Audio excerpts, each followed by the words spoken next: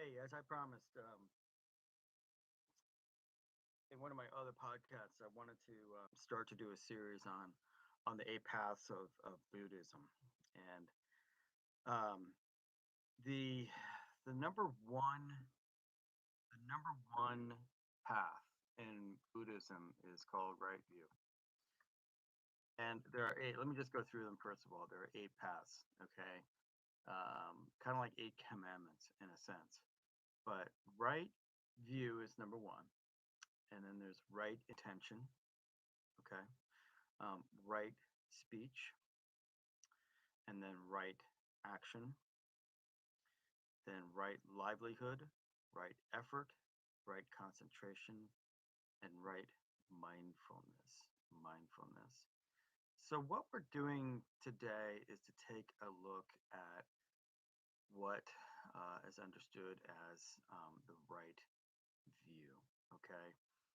And really, what the right view is about is trying to find knowledge. Okay. um, Knowledge that is wise and knowledge that leads to the de-escalation of things that take place in our culture, in our lives. Um, one of the one of the wisest things that's said about this particular path, right, is that what we're trying to do is find the knowledge to de-escalate the stress in our lives, right? And stress, as probably many of us know, is one of the causes of dis-ease in our culture. Stress at work, stress at home, stress in economies of scale, stress in our world, stress with money, stress with love life, stress with anything that you can think of that causes our blood pressure to start to spike is a is a uh, is really what stress is all about. And you can basically guarantee that what the world is going through right now in terms of the COVID-19 epidemic and the pandemic, not it's beyond an epidemic now, is a certain amount of stress that is just permeating just about everything in our culture. Everything having to do with our job security, everything having to do with our feeling of sustainability and money, everything having to do with health and wellness, 6 foot distancing and sheltering in place, limiting our ability to socialize with one another, really de-escalating and dismissing almost our social interaction, which is kind of our claim to fame as human beings. I mean, we do like to be around one another, at least most of the time. So it's very hard to underestimate that we're going through a lot of stress as a world right now. I mean, think of cultures that perhaps are more densely populated than ours. I spent some time in India about a year ago, and I can't in my mind imagine how that culture is being able to do social distancing just because there's so many people and there's such a close contact with one another. Um, and even in this country, I've got a friend who's an executive for a company that puts together concerts around the world. And, nobody's doing concerts, nobody's getting together. There are no conferences right now. People are not booking hotel rooms, they're not booking the opportunity to learn from one another.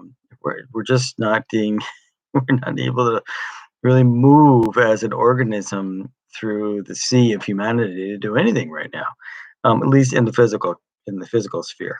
So think of what it means to have a right view right now from the Buddhist tradition. We have to learn to eliminate stress of life. And what a hard thing to kind of be confronted with. And I would dare say that I have been confronted with. I like people. I like interacting. I like shaking hands. I like hugging people. It's just been my method of communication and has been for years as a pastor, Pretty much at the end of every service, there was a hugging experience, or at least a handshaking experience, and we sat next to each other in pews. We prayed together. We listened together. We sang together. I mean, all of that sort of human interaction is just gone, gone. Now, some people may be happy about that because it caused a lot of stress to be in so close contact with a lot of people. But for many of us, this has been a real, real change, and it's caused a lot of stress. So, so what would the Buddhists say about having a right view of this? The Buddhists would probably say you got to learn to accept what is, right? And you have to learn to take into context your whole situation and pare it down into pieces, and use mantra and quiet and meditation time to come into contact with your view of God, and find the strength and the courage to live in a right view. Right now, the Buddhists, having spent some time in India, as you now know, I went to go visit Dharamsala, which is where the Dalai Lama hails. He was not there at the time, but I went to the temples, and it amazed me how monks in the Buddhist tradition just has this capacity to look so calm all the time and feel like nothing bothers them, nothing. When a fly crosses their eyeballs, they're not going crazy. There is this, and maybe it is born and then encouraged through their study to not react as we do in the West, but to respond with patience and calm, sincerity and grace, and the candor of being at peace with themselves. There's a lot to learn from this tradition that we might be able to apply in our lives. So when you start to consider the eight paths, again, this is the number one path in their journey to de-stress and to find the right view so that they can therefore accomplish the demands of the next seven, which we'll get to next. Thanks very much. Talk to you soon.